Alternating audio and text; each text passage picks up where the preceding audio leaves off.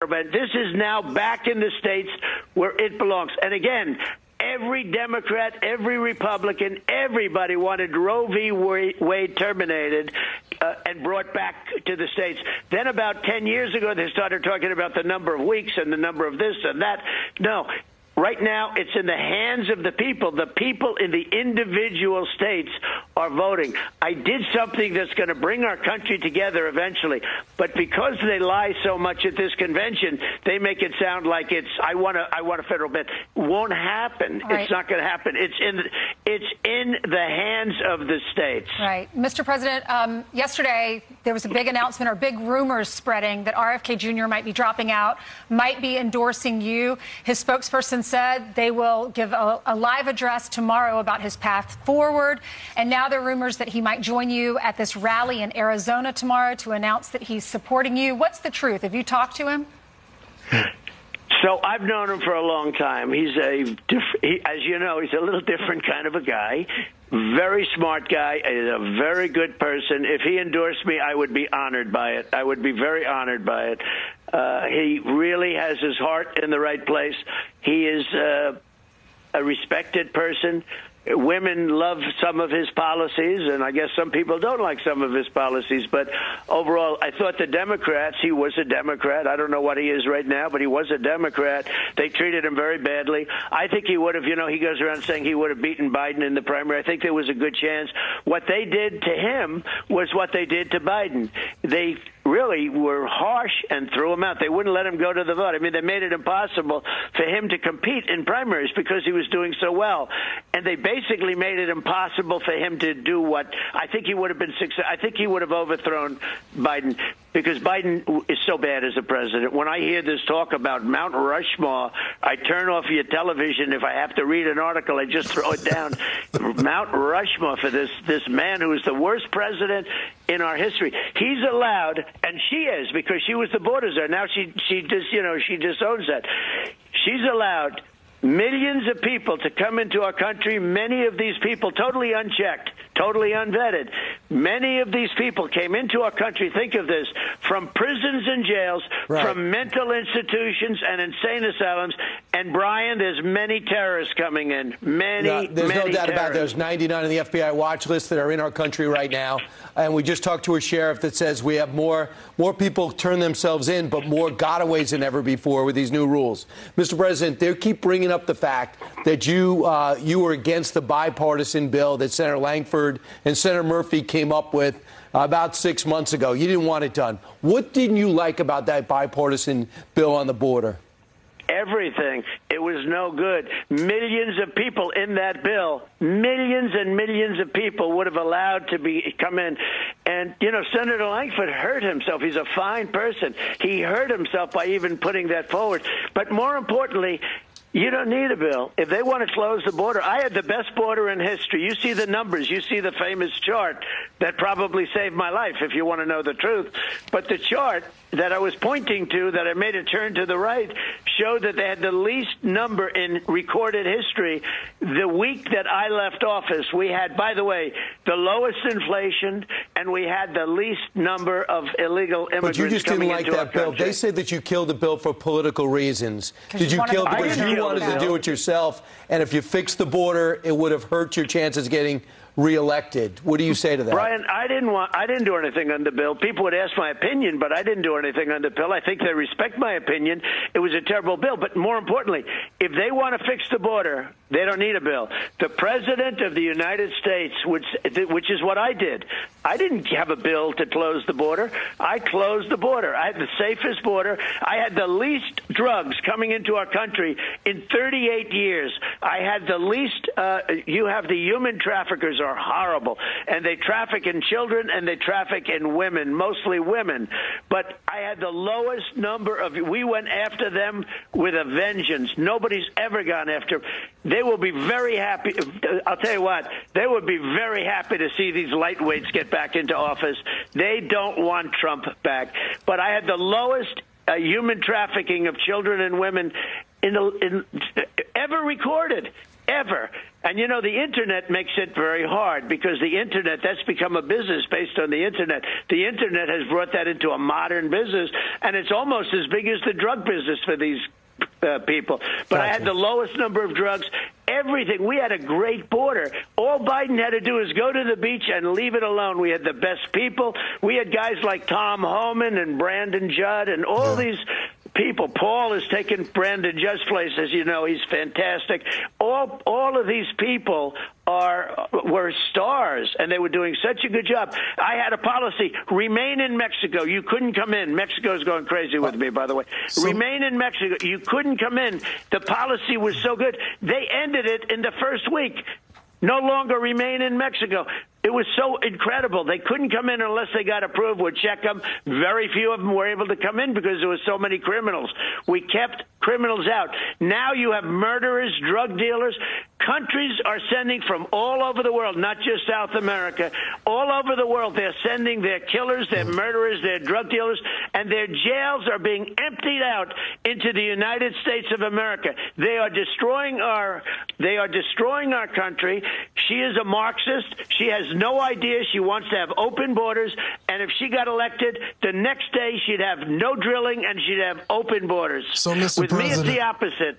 Yeah, I get elected, I drill, drill first day, and we have closed borders. And when you look at the polling, you're winning on the issue when it comes to the border. You're also winning on the economy, which is why we were surprised when we found out this new data, and it shows that 818,000 jobs that the Harris and Biden administration claimed to have created over the past year, they didn't actually exist. And this has been the largest revision ever in the last 15 years. So, Mr. President, was this purely incompetence? What do you think is going on here?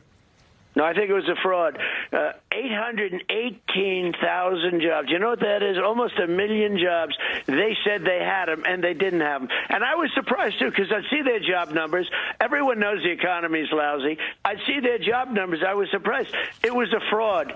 That was absolutely a fraud. They ought to investigate themselves. And, by the way, nothing will happen. But the Bureau of Labor Statistics came out with a revision because somebody leaked it.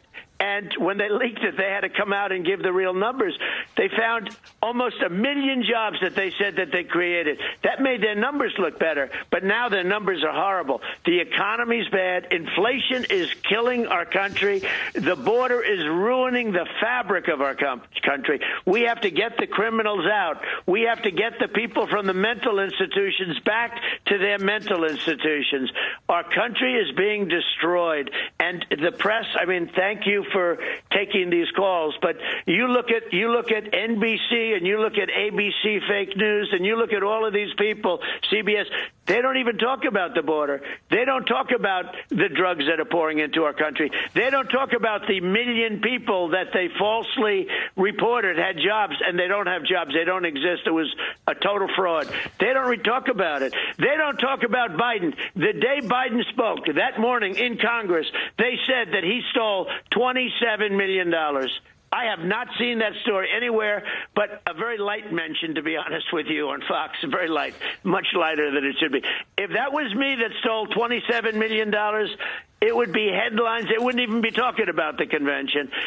The man stole, or they say the man and the family, the morning of their convention on Monday, $27 million. They have it all documented. They don't even talk about it. The newspapers, the press, there's not a story to be heard. Right. The only one that reported a little bit about it was Fox. You're talking about the House GOP Oversight Committee's investigation into the Biden influence peddling schemes, Mr. President. Correct. But I do want to stay on the economy because it's the number one issue to voters, far and away. And I want your opinion as a businessman. We get very little from Kamala Harris. Again, back to policies and how this affects Americans and the economy. Very little. But what we have gotten are things like price controls and in the Biden-Harris administration's proposal, taking capital gains to 45% tax, talking about a clawback of unrealized gain. As a businessman, what would that do to the economy? So just a couple of things real quick. Price controls have been used many, many times over the years, usually by dictators and all, but they've been used many times. They've never, ever worked. Venezuela used price controls, and Venezuela got driven out. I mean, you can't get a loaf of bread, although now we're buying oil from Venezuela. Let's not even talk about that. We're now buying oil. Instead of using our good stuff, they don't have good oil. They have tar. You have to refine it, and we refine it in Houston, Texas, and that spills into the air in Houston. So Venezuela might not be as poor as it should be, but Venezuela would have made a deal with us very quickly. They were on the ends of the line. But the price controls have been used many, many times over years. Even Richard Nixon tried them. They've always led to huge inflation and lack of, you don't get anything. You end up with empty stores. They are a disaster. 38 different cases, 38 cases were abject, total failures. So that's on price controls. And just on the other, we have countries and companies that are multinational. You raise your taxes like that, that would put us at the highest level of any country. Every one of these big these guys get paid to make profit. Some of them are very good. Some of them aren't, but like everything else, but they're very good. And they're very smart. They will move their companies out of our country. They did it with Ireland. The pharmaceutical companies left. A lot of they moved to Ireland. A lot of them moved to Ireland, of all places, and that's very nice. I hope they're happy. Because the corporate rate's like 18% there. Yeah, but they're not going to pay 45% because they can move to many other countries. Yep. Germany, they can move to many other countries. And by the way, those countries really want these companies to move. So when people think, oh, we're going to charge them 45%, we're going to charge them, I heard a thing she wants to charge them 55 and 60%. They'll say, thank you very much. And all of a sudden you'll announce that they got up. You say, where is such and such a company? Well, they moved to Europe. They're someplace in Europe. They will leave the country. I had it down so nice. I was you had able it down to get 21, it down. And they wanted to raise it to 28. 48. Yeah, I got it down from 48 to 21. I wanted to get it down to 15 or 16. But what that did is it gave the largest job spurt we've ever had. We had, prior to COVID coming in, we had the strongest economy in the history of the world of any country. Now, what happened is we had COVID. We did a great job with COVID, including all of the various drugs and everything else that we got, the gowns, the mess. What we did was incredible. I got a lot of credit for the economy, got a lot of credit for rebuilding the military, never got credit for that. I handed him something that was great. More people died during his COVID during Biden than during Trump, and I had it during the really bad period all over the world. But we gave it back. Now, he had what's called a bounce back, and this happens with what you do is people are staying in, and then it bounces back. And he picked up all of those jobs that I created, and he tries to take credit for them. It's common when you have pandemics, you have what's called a bounce back. When the pandemic starts to end and when it ends, people bounce back, and they bounce back into the job. Those are my jobs. Those aren't his jobs. They routinely bounce back. And we created the greatest job machine in the history of our country. Right. We created the greatest economy in the history of the world. It was interrupted by COVID, but even that, when I turned over, the stock market was higher than just prior to COVID coming in. It was a miracle what happened. Yeah. But we will do it again, and we will create the greatest economy in history. Right. If these two people take it over, this country is finished. Well, she's a Marxist, and that's where she's going to be. Open borders, no drilling. Our country will die. Mr. President, you got 75 days to win or to lose. If you win, it would cap the greatest comeback in American political history. Best of luck. Thank you so much for joining us. Well, Brian, if I might say, we're leading in the polls, and we're out there working hard. You mentioned that, RFK would be the biggest thing. I said, well, I'm making big speeches every day. I'm going to make another one, so we're really out there. But we're leading in the polls, and we're going to continue, and we're going to win. November 5th is the most important day in the history of our country. Remember that. And early voting starts in a couple of weeks. That's right, exactly. All right, it's going to be exciting. Thanks, Mr. President. We did Thank reach you out. all very much. Thank you. Thank you. We did Thank reach you. out to Harris.